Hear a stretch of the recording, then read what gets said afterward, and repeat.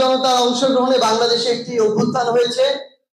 আপনাদের আমাদের একটি লড়াইয়ে খুনি হাসিনা ভয়ে লেজ গুটিয়ে দেশ ছেড়ে পালিয়েছে।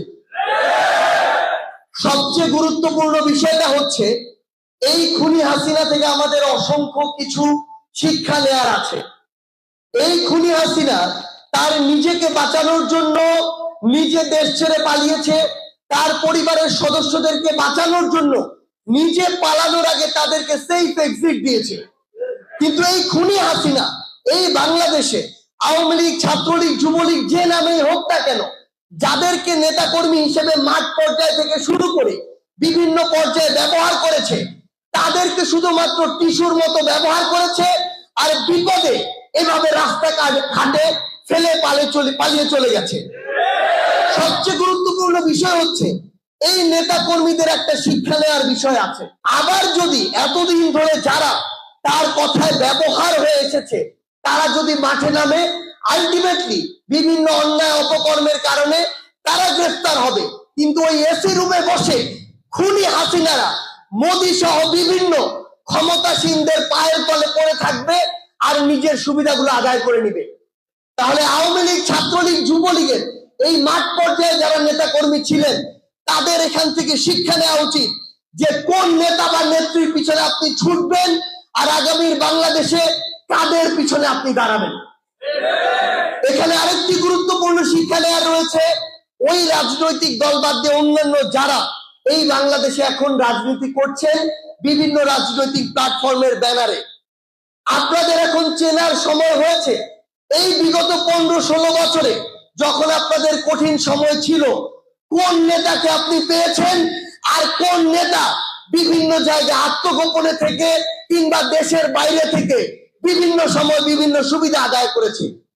বিগত সময়ে বিভিন্ন রাজনৈতিক দলের এমন অনেক নেতা ছিল যারা বিগত 16 বছর যাদেরকে আপনারা খুঁজে পান নাই, তারা এখন নতুন করে বিভিন্ন রূপে এই বাংলাদেশে এসেছে, তারা এখন আপনাদের মাথায় হাত বুলাচ্ছে।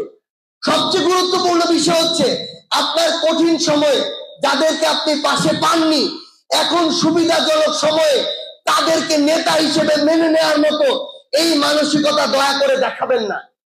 যদি এটা দেখান তাহলে শেখ হাসিনা যেভাবে আবার কঠিন সময় তার নেতাদেরকে ফেলে জান নিয়ে পালিয়েছে, আপনাদের অবস্থা একই হবে। তাদেরকে স্পষ্ট করে কিছু কথা বলি, আমাদের রাজনৈতিক দল এই ফেব্রুয়ারি মাসের মধ্যে আসতে যাচ্ছে। আমরা আমাদের জায়গা থেকে আমাদের অভ্যুত্থানের অন্যতম সমন্বয় আমাদের রাজপথের সহযোদ্ধা নাহিদ ইসলাম, যিনি এই অভ্যুত্থানের ঘোষক, আমরা আমাদের জায়গা থেকে তাকে আহ্বান জানিয়েছি যেন পুরো বাংলাদেশকে আবার আমরা একসাথে রাজপথের সামনে সারিতে থেকে ঐক্যবদ্ধ করতে পারি। সেই জন্য আমাদের সহযোদ্ধা নাহিদ ইসলাম যেন ওই মন্ত্রণালয় কিংবা ক্ষমতার পথ ছেড়ে আবার জনতার কাতারে এসে দাঁড়ায়। আমরা বিশ্বাস করি যাদের কাছে ক্ষমতার চেয়ে জনতা আগে ছিল, তারা জনতার ডাকে যে কোনো মুহূর্তে যে কোনো ক্ষমতার পথ ছেড়ে আবার জনতার কাতারে আসতে পারে। সবচেয়ে গুরুত্বপূর্ণ বিষয় হচ্ছে আমাদের অনেক আশা আকাঙ্ক্ষা আছে। বিগত 16 বছরে যেই চর্চাগুলো ছিল, এখন আমরা সেই চর্চাগুলো আবারও নতুন কোন ভাবে দেখতে পাচ্ছি।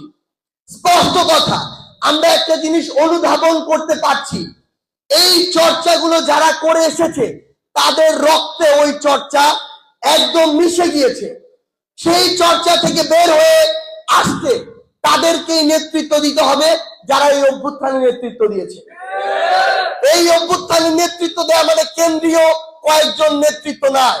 এই অভ্যুত্থানের নেতৃত্ব দেওয়া মানে এই সোনারগাঁওয়ে যারা নেতৃত্ব দিয়েছিল, আগামীর সোনারগাঁও বিনির্মাণে তাদেরকেই নেতৃত্ব দিতে হবে। নতুন রাজনৈতিক দল হচ্ছে ফ্যাসিস্ট বিরোধী। যে কোনো দলের, যে কোনো মতের, যে কোনো ধর্মের, বয়সের, শ্রেণীর মানুষের জন্য এই দল সবসময় উন্মুক্ত থাকবে। কিন্তু এই দলকে ব্যবহার করে কেউ যদি ক্ষমতার একটা সিটে বসে ক্ষমতার অপব্যবহার করার বিন্দুমাত্র শব্দ দেখে, আমরা তাকে আগেই বলে দিতে চাই এই দল আপনার জন্য না। এই দল হবে আগামীর বাংলাদেশের জন্য, জনগণের জন্য। এই দল হবে জনগণপন্থী, বাংলাদেশপন্থী।